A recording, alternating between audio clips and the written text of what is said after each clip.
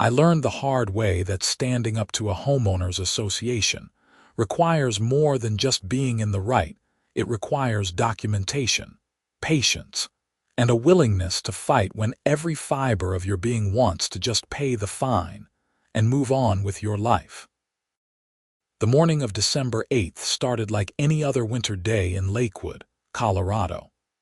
I woke up at 4:30 in the morning, grabbed my coffee, and looked out my bedroom window to see 6 inches of fresh powder blanketing my driveway and the street beyond. My name is Yates Wheeler, and I work as an emergency room nurse at St. Anthony Hospital in downtown Denver.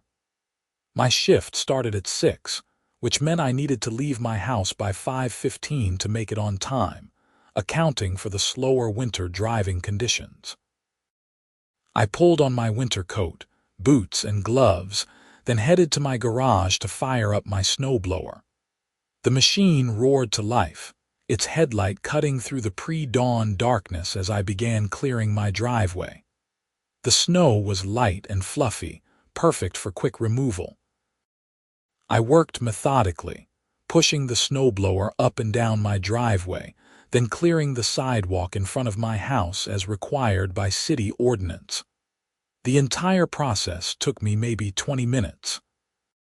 By 5:10, I was backing my truck out of a perfectly cleared driveway, feeling pretty good about myself for being responsible and getting the job done early. I made it to work on time, handled a typically chaotic shift in the emergency room, and came home 12 hours later exhausted but satisfied. That is when I found the envelope tucked into my front door. The return address showed it was from the Pine Ridge Creek Homeowners Association. I remember standing there on my porch, still in my scrubs, staring at the official-looking letter with a growing sense of dread. Nothing good ever came from the HOA. I opened it right there, not even bothering to go inside first. The letter was brief and to the point. I was being fined $250 for violating the community noise ordinance by operating loud machinery before 7 in the morning. The fine was due within 30 days, and failure to pay would result in additional penalties and potential legal action. I read it 3 times, certain I was missing something. I had cleared my snow early specifically because I had to get to work.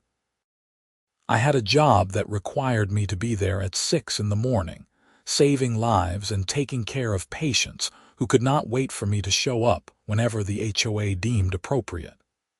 How was I supposed to get to work if I could not clear my driveway? The letter was signed by Margaret Hutchins, president of the Pine Ridge Creek HOA. I had only met Margaret a handful of times since moving into the neighborhood 3 years earlier. She was a woman in her mid-50s with short blonde hair cut in that distinctive Karen style, always perfectly dressed in expensive athleisure, where despite never actually exercising as far as I could tell. She drove a white Lexus SUV and seemed to spend most of her time patrolling the neighborhood looking for violations. I went inside, changed out of my scrubs, and sat down at my kitchen table with the letter. My first instinct was to call the HOA office, but I knew they would be closed by now. It was almost 7 in the evening. Instead, I pulled out my copy of the HOA bylaws and covenants that I had received when I purchased my home.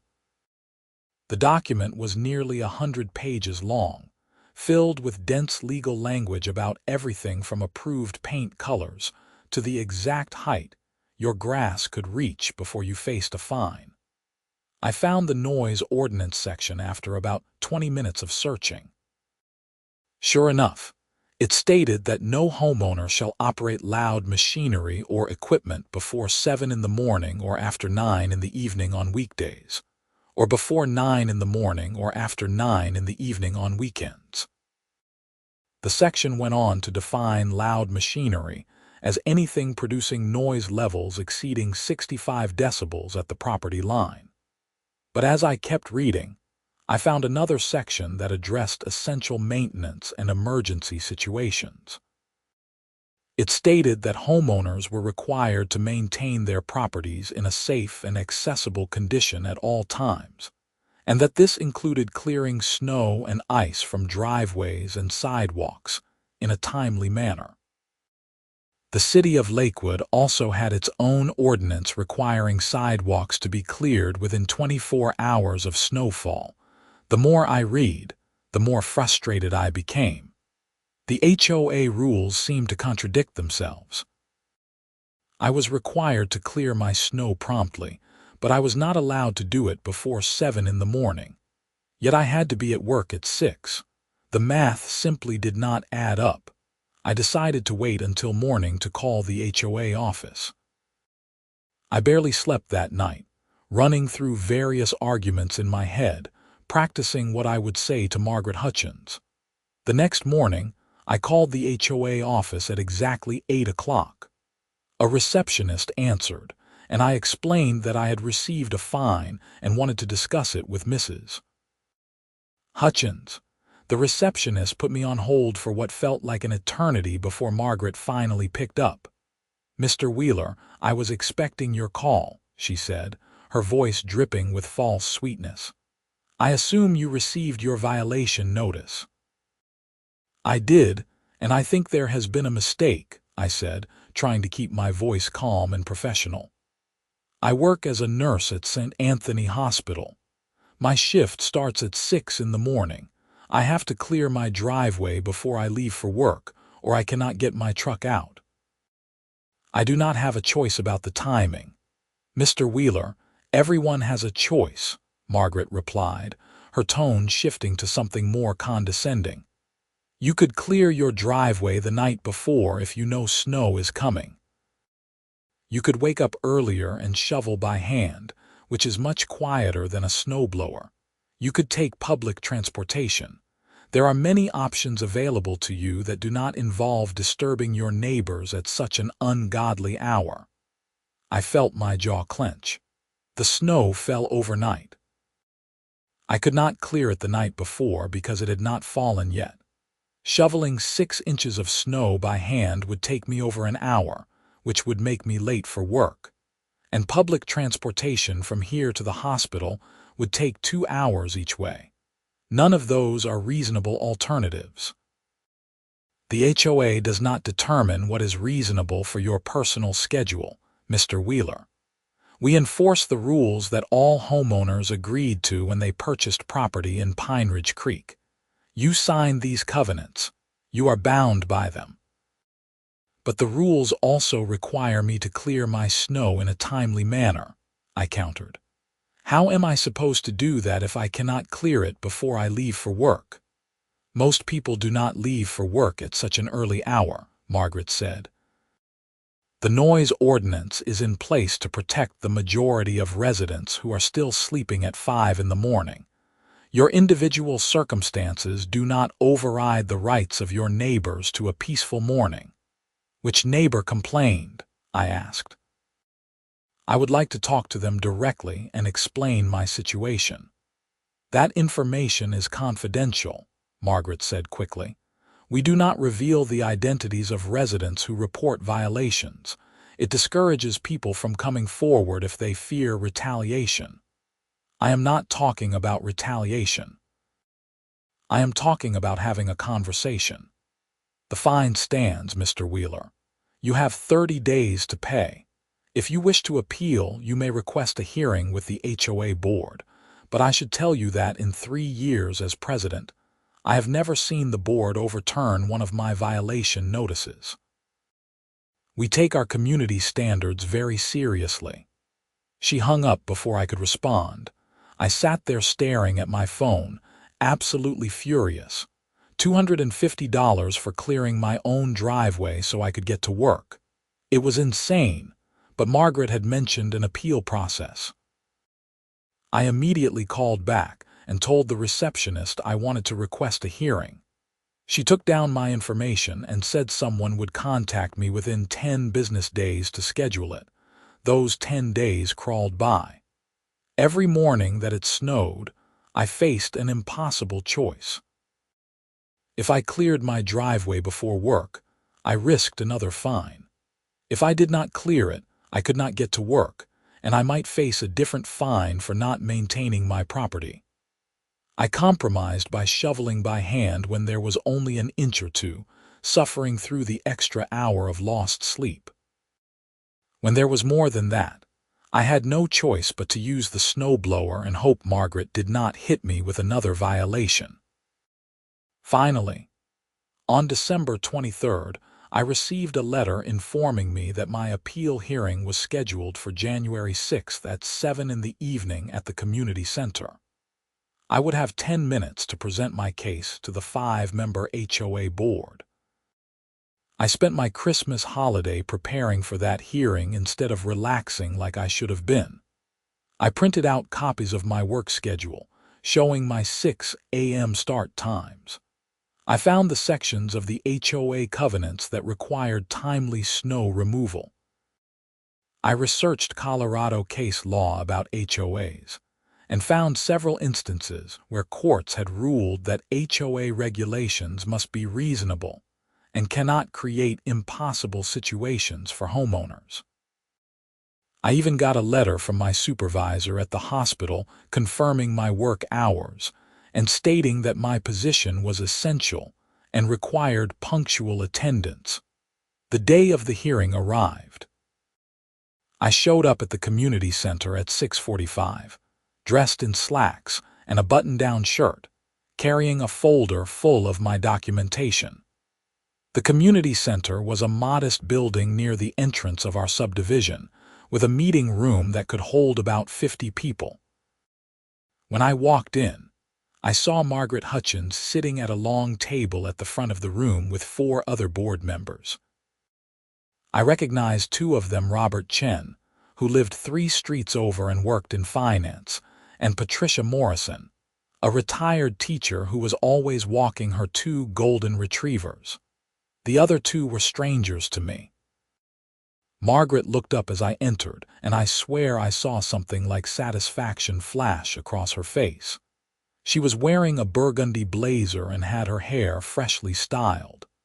This was her domain, and she clearly enjoyed wielding power here. "Mr. Wheeler, please have a seat," she said, gesturing to a chair facing the board table. "We will begin promptly at 7. I sat down, my folder on my lap, and waited. A few other residents trickled in and took seats in the back rows. Apparently, HOA hearings were open to the community. Great. An audience for my humiliation. At exactly 7, Margaret called the meeting to order.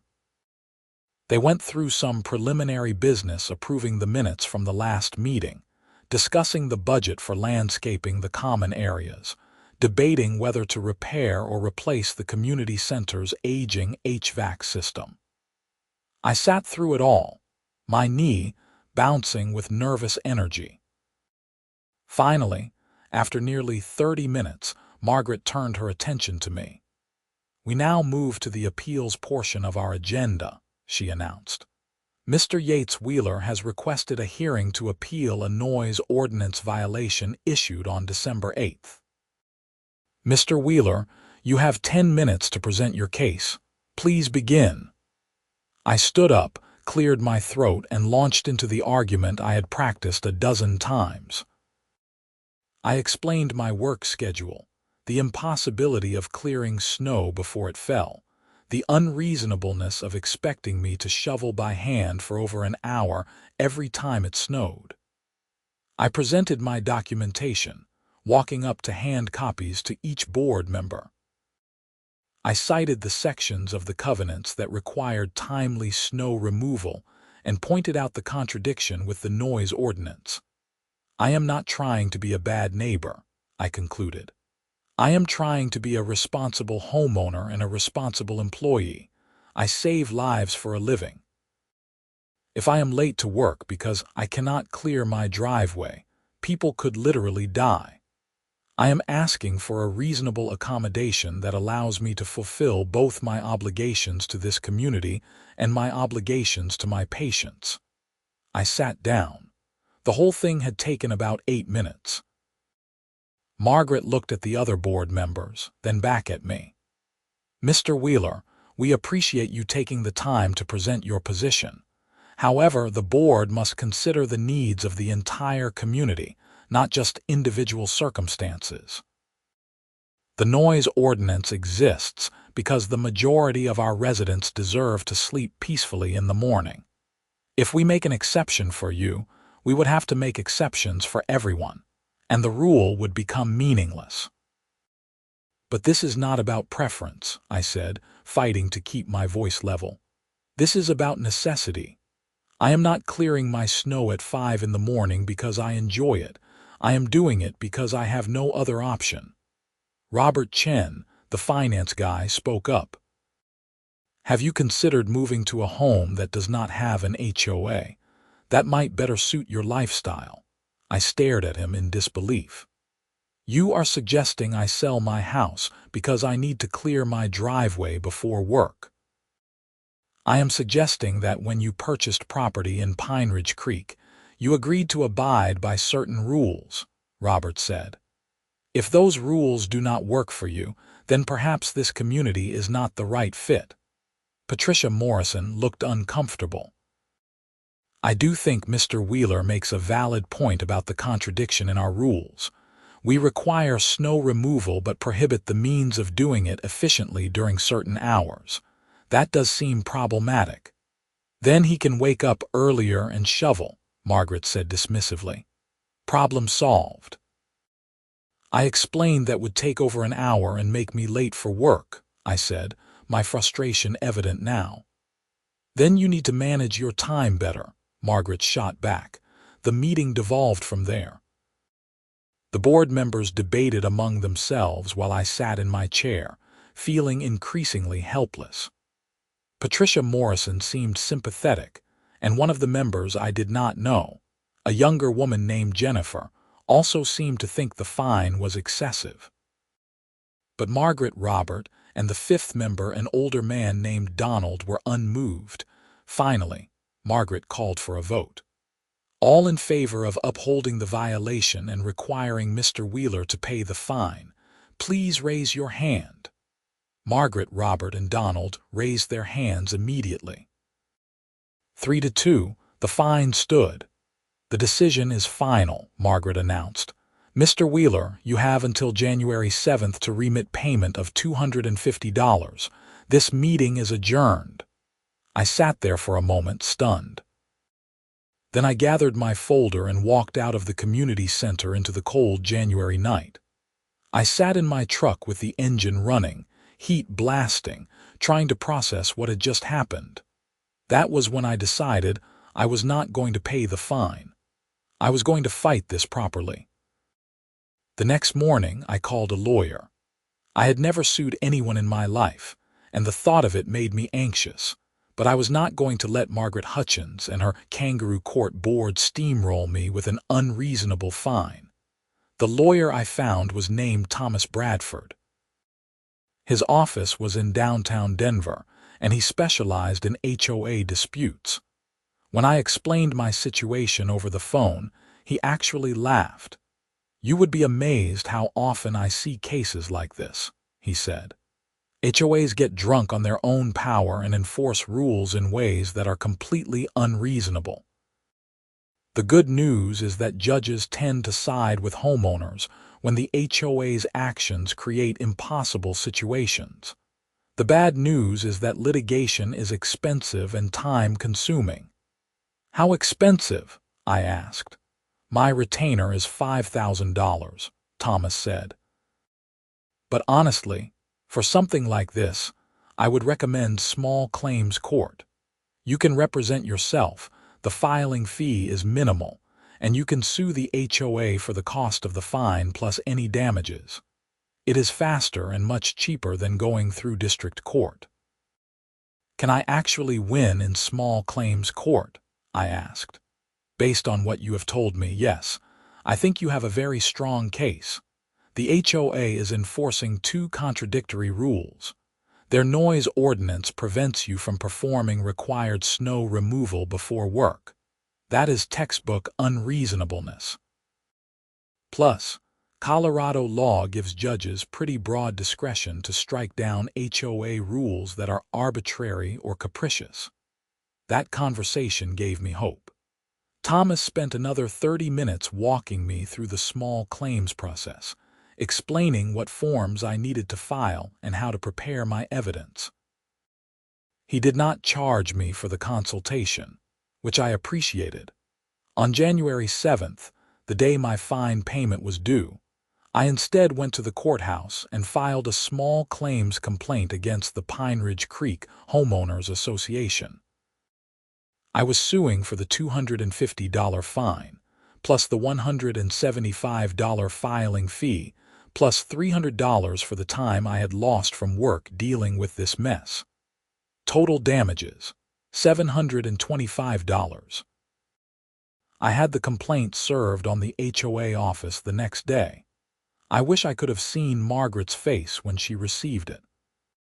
2 weeks later, I got a letter from the HOA's lawyer not responding to my small claims suit, but informing me that because I had not paid my fine, I was now being assessed an additional $100 late fee, and if I did not pay within 10 days, they would begin lien proceedings against my property.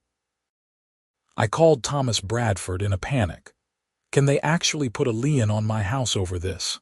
"They can try," Thomas said. "But since you have an active lawsuit challenging the fine, any judge would stay the lien until your case is resolved. Do not pay anything. Let it play out in court." The small claims hearing was scheduled for February 20th. That gave me over a month to prepare, which I used to gather every piece of evidence I could think of. I took photos of my driveway. I got statements from my coworkers about the importance of punctuality in the emergency room. I documented every snowfall that had occurred since December 8th, along with how I had cleared my driveway each time.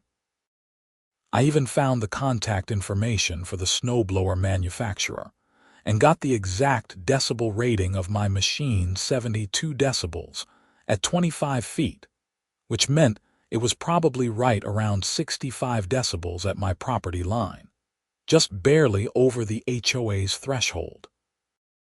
During this time, Margaret did not let up. Every time it snowed and I used my snowblower before 7 in the morning, I received another violation notice. By the time my court date arrived, I had been fined 6 times for a total of $1,500. The HOA had also officially filed a lien against my property for non-payment. I documented every single fine and added them to my lawsuit. The morning of February 20th, I dressed in the same slacks and button-down shirt I had worn to the HOA hearing and drove to the Jefferson County Courthouse in Golden, Colorado. Small claims hearings were held in a courtroom that was much less formal than what you see on TV. No jury box, no fancy wood paneling. Just a simple room with a judge's bench, a couple of tables, and some seating for observers. I arrived early and sat in the hallway, reviewing my notes. At 8:45, Margaret Hutchins arrived, accompanied by a man in an expensive-looking suit who I assumed was the HOA's attorney. Margaret saw me sitting there and walked past without acknowledgement, her nose in the air. At 9 o'clock, we were called into the courtroom. The judge was a woman in her early 60s named Judge Sandra Reeves. She had short gray hair and reading glasses perched on her nose, and she looked like she had seen every possible variation of petty human conflict in her years on the bench. "This is case number 2026 SC00847, Yates Wheeler versus Pine Ridge Creek Homeowners Association," Judge Reeves said, reading from a file. "Mr. Wheeler, you are representing yourself." "Yes, Your Honor," I said, standing up. "And the HOA is represented by Mr. Paul Henderson." The man in the expensive suit stood. "Yes, Your Honor, I am legal counsel for the association." "Very well. Mr. Wheeler, since you are the plaintiff, you may present your case first. Please be concise. You have 30 minutes. I took a deep breath and began. I explained the December 8th snowfall, my work schedule, the fine I received. I presented all my documentation, my work schedule, the HOA covenants, the violation notices, everything. I explained how the HOA's rules created an impossible situation. Your Honor, I am not asking for permission to throw parties at 5 in the morning or run a construction business out of my garage, I said. I am asking for the right to clear my driveway so I can get to my job as an emergency room nurse. This is a basic necessity, not a luxury. The HOA's noise ordinance, as applied in my situation, is unreasonable and unenforceable. Judge Reeves listened carefully, occasionally jotting notes. When I finished, she turned to Mr. Henderson. Counselor, your response. Mr. Henderson stood and launched into a polished argument about the importance of HOA covenants, the need for uniform rule enforcement, and the fact that I had voluntarily agreed to these restrictions when I purchased my home. He argued that exceptions could not be made for individual circumstances without undermining the entire covenant structure. The association has a duty to all residents, not just Mr. Wheeler, Henderson said. If we allow him to operate loud machinery before 7 in the morning, what is to stop every other resident from demanding the same privilege? The noise ordinance protects the peaceful enjoyment of property for the entire community. But Mr. Henderson, Judge Reeves interrupted, the association's own covenants also require timely snow removal. How is Mr. Wheeler supposed to comply with both requirements? He can shovel by hand, Your Honor. He can clear his snow the evening before if weather forecasts predict snowfall. He can arrange his work schedule differently. There are numerous alternatives available. I have a letter from his employer stating that his position requires a 6 a.m. start time, Judge Reeves said, holding up one of my documents, and snow cannot be cleared before it falls. Those alternatives do not seem particularly practical. Henderson shifted his weight.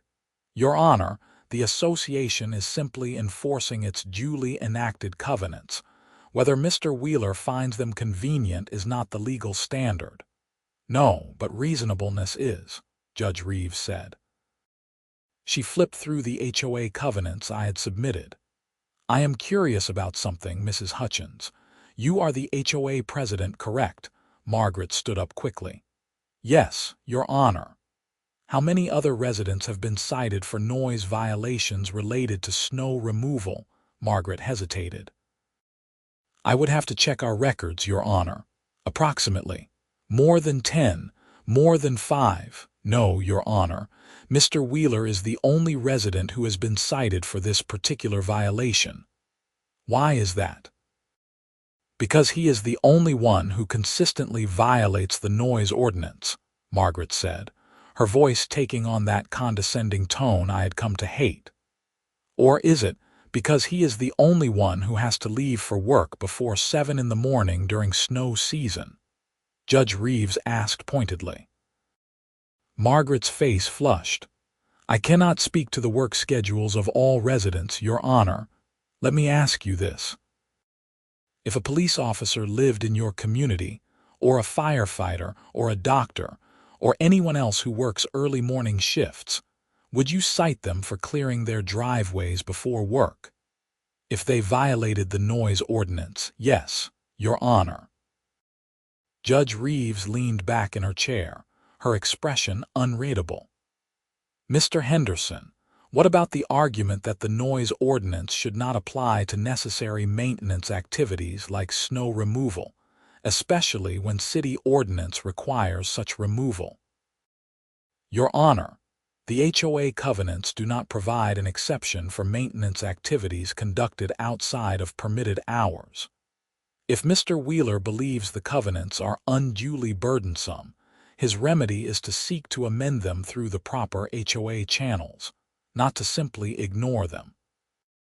He tried that, I interjected, unable to help myself. I appealed to the board. They voted 3-2 to uphold the fine. Judge Reeves held up a hand. Mr. Wheeler, please do not speak out of turn. However, that does bring up an interesting point. She turned back to Henderson. What is the process for amending HOA covenants? Henderson cleared his throat. It requires a vote of the membership. Typically, a supermajority of 67% is needed for covenant amendments. So Mr. Wheeler would need to convince 2/3 of his neighbors to change a rule that most of them are not affected by, in order to do something as basic as clear his driveway before work. Does that seem reasonable to you, counselor? Your Honor, many legal requirements may seem burdensome in individual cases, but that does not make them unenforceable. Judge Reeves made another note. Then she looked at the stack of violation notices I had submitted. I see here that Mr. Wheeler has been fined 6 times since December 8th. That is more than $1,500 in fines for clearing snow. Mrs. Hutchins, is this not excessive? Margaret stood again. Your Honor, if Mr. Wheeler had paid the first fine and adjusted his behavior, there would not have been subsequent fines. He chose to continue violating the ordinance. Because he had no choice, I said, immediately regretting speaking again. Judge Reeves gave me a stern look, but I thought I detected a hint of sympathy in her eyes. She reviewed the documents for another long moment, and the courtroom was silent except for the sound of pages turning. Finally, she looked up. Here is my ruling. The court finds that the Pine Ridge Creek HOA noise ordinance, as applied to essential maintenance activities required by both HOA covenants and city ordinance, is unreasonable and unenforceable. Mr. Wheeler is engaged in necessary snow removal to comply with other applicable rules and regulations. He is doing so at the only time available to him given his work schedule. The noise ordinance cannot be enforced in a manner that makes it impossible for a homeowner to comply with other mandatory requirements. My heart leaped. Margaret's face went pale. Furthermore, Judge Reeves continued, the court finds that the HOA has acted in bad faith by issuing repeated fines for the same necessary activity, and by filing a lien against Mr. Wheeler's property while this dispute was pending. Therefore, I am voiding all 6 violation notices and ordering the HOA to immediately release the lien on Mr. Wheeler's property. Additionally, the HOA shall pay Mr. Wheeler the sum of $725 to cover his filing fees and lost wages related to this litigation. She banged her gavel. The noise ordinance does not apply to snow removal activities conducted by homeowners on their own property, regardless of time of day. The HOA is advised to amend its covenants to reflect this ruling. This case is closed. I stood there, stunned. I had won. Completely and totally won. Margaret looked like she had been slapped. Mr. Henderson was already gathering his papers, his face professionally neutral but his movements hurried. I wanted to say something, to thank Judge Reeves or gloat to Margaret, but the judge was already calling the next case. I walked out of the courtroom feeling like I was floating. In the hallway, Margaret stormed past me without a word, her high heels clicking on the tile floor. Mr. Henderson paused and handed me a business card. The association will comply with the court's ruling, he said quietly. You should receive a check within 30 days, and for what it is worth, I think you had a legitimate grievance. He left before I could respond. I drove home in a daze. When I got there, I just sat in my truck in my perfectly clear driveway and laughed. I had taken on the HOA and won. Margaret Hutchins had tried to bully me into submission, and a judge had told her exactly where she could shove her violation notices. The next few weeks were sweet. Word spread quickly through the neighborhood about my court victory. Several neighbors stopped me to congratulate me, including a few who apparently also worked early shifts and had been secretly worried they would be next on Margaret's hit list. Patricia Morrison, the board member who had voted against the fine, actually knocked on my door to apologize for not fighting harder during the appeal hearing. "Margaret runs that board like her personal fiefdom," Patricia said. "Most of us are afraid to cross her. But what she did to you was wrong, and I should have been more forceful in opposing it." "You voted against it," I said. "That is more than the others did.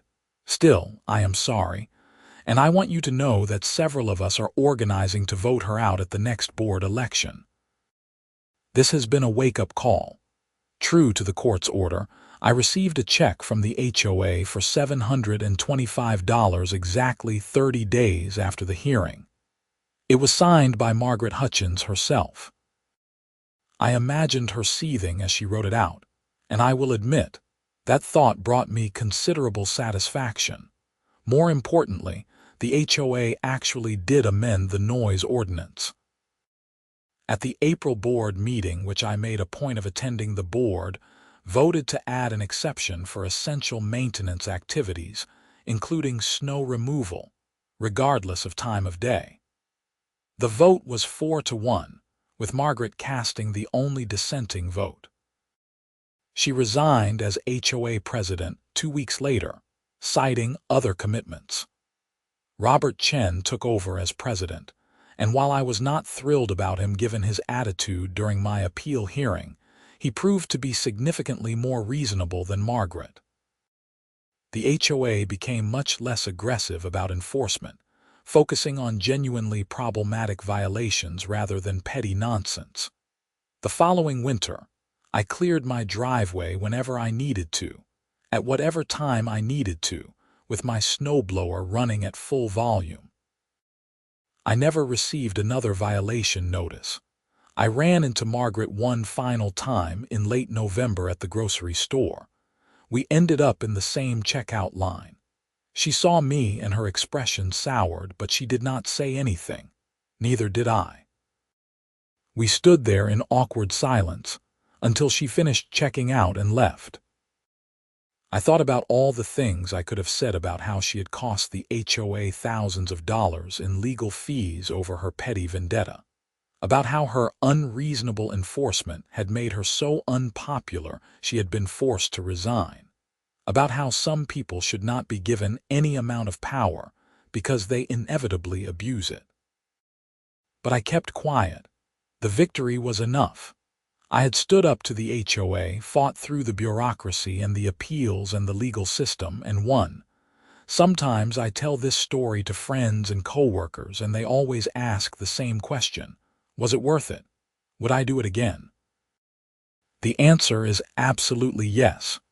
$250 was never really the point. It was the principle. It was about standing up to bullies who hide behind official-sounding titles and rulebooks. It was about refusing to accept an unjust system just because fighting it was difficult and uncomfortable. I learned a lot through that experience. I learned that HOAs can be held accountable. I learned that judges generally do not have much patience for petty tyranny. I learned that sometimes you have to fight for what is right, even when it is easier to just give in. And I learned that most of your neighbors are probably on your side, even if they are too intimidated to say so publicly. Most importantly, I learned that I could stand up for myself. I am not a lawyer. I am not rich. I am just a nurse who needed to clear his driveway before work. But I took on an organization with legal resources and bureaucratic power, and I won. That is not something they teach you in nursing school, but it might be one of the most valuable lessons I have ever learned. The whole ordeal took months of my life and caused me significant stress. There were nights I lay awake worrying about liens and legal fees and whether I was in over my head. There were moments I doubted myself, Moments I wanted to just pay the fine and be done with it. But I am glad I did not. I am glad I fought. Because here is the thing about bullies, they only have as much power as you give them. Margaret Hutchins thought she could push me around because I was just one person against the institutional weight of the HOA. She thought I would be intimidated by legal threats and violation notices and stern letters. She thought wrong. Now, every time it snows and I fire up my snowblower at 5 in the morning, I think about that court hearing. I think about the look on Margaret's face when Judge Reeves voided all those fines and ordered the HOA to pay me. I think about the check I received, signed by the woman who had tried to fine me into submission. And I smile. My driveway is always clear. I am never late for work. And the HOA has never bothered me again. That is what victory looks like. Not some dramatic Hollywood ending with villains being led away in handcuffs, but something quieter and more profound: the simple freedom to live your life and maintain your property without harassment. The knowledge that when you are in the right, the system can actually work. The satisfaction of knowing you stood your ground and won. I still live in Pine Ridge Creek. I still go to HOA meetings occasionally, just to keep an eye on things. The new board is far more reasonable, and the community feels less oppressive than it did under Margaret's regime. Several other homeowners have thanked me over the years for fighting that battle, because apparently my case set a precedent that has protected others from similar nonsense. That is the other thing I learned: when you stand up to injustice, you are not just fighting for yourself. You are fighting for everyone else who might face the same situation in the future. My victory in court meant that no other Pine Ridge Creek resident would be fined for clearing snow before work. It meant the HOA had to actually think about whether their rules were reasonable before enforcing them. It meant Margaret Hutchins and people like her could not just throw their weight around without consequences. Was it worth the stress, the time, the hassle of going to court? Absolutely. Without question. Would I do it all again tomorrow if I had to? Yes. Because at the end of the day, your home is your castle. You work hard for it. You pay your mortgage, your property taxes, your HOA dues, and you should not have to live in fear of some petty tyrant with a rulebook and a grudge. You should be able to clear your driveway when you need to clear your driveway.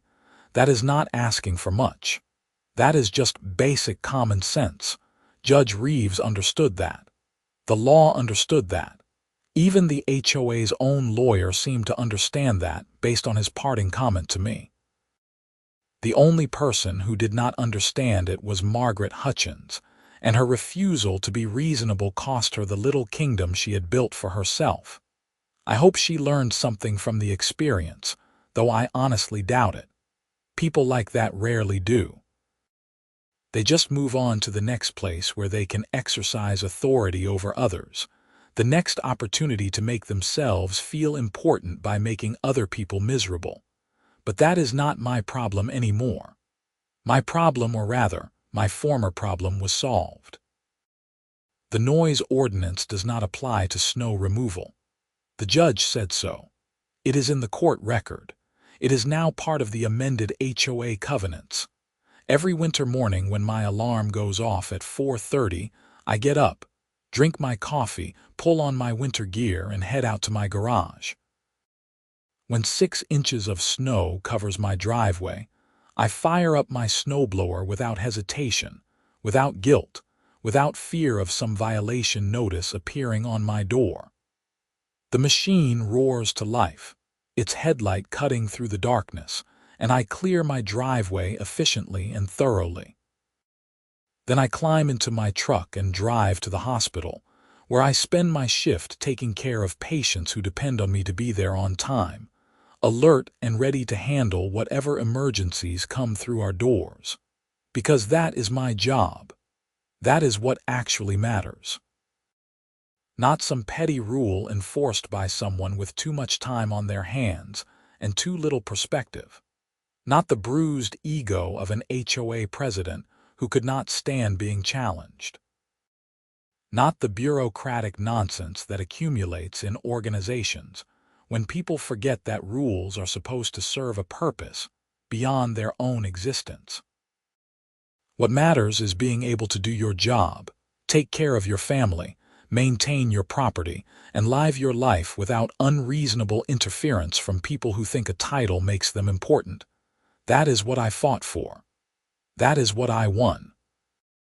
And every snow-covered morning, when my snowblower rumbles to life before dawn and I clear my driveway in peace, that is what I am reminded of.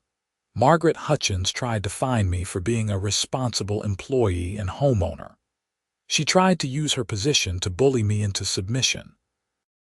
She tried to make my life difficult because I would not bow to her arbitrary enforcement of an unreasonable rule, and she lost.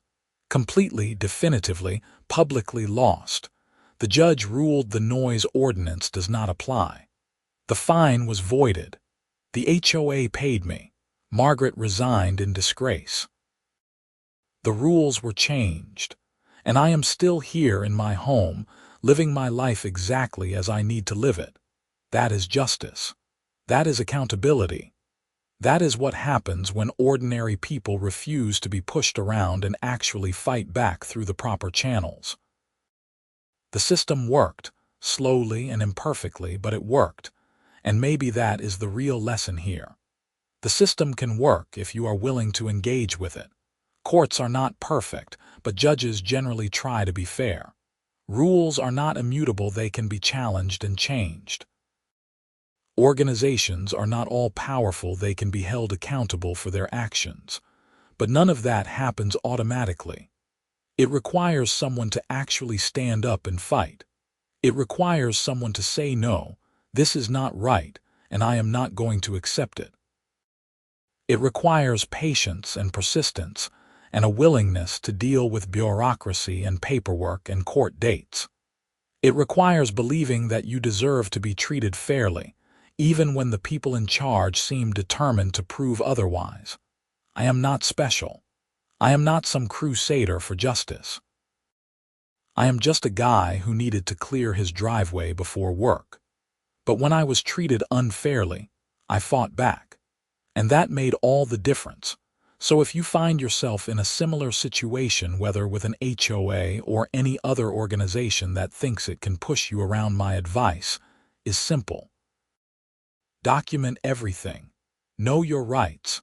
Do not be afraid to fight back through official channels. Find a good lawyer if you can afford one, or represent yourself in small claims court if you cannot. Stand your ground. Because you might be surprised at what you can accomplish when you refuse to be bullied.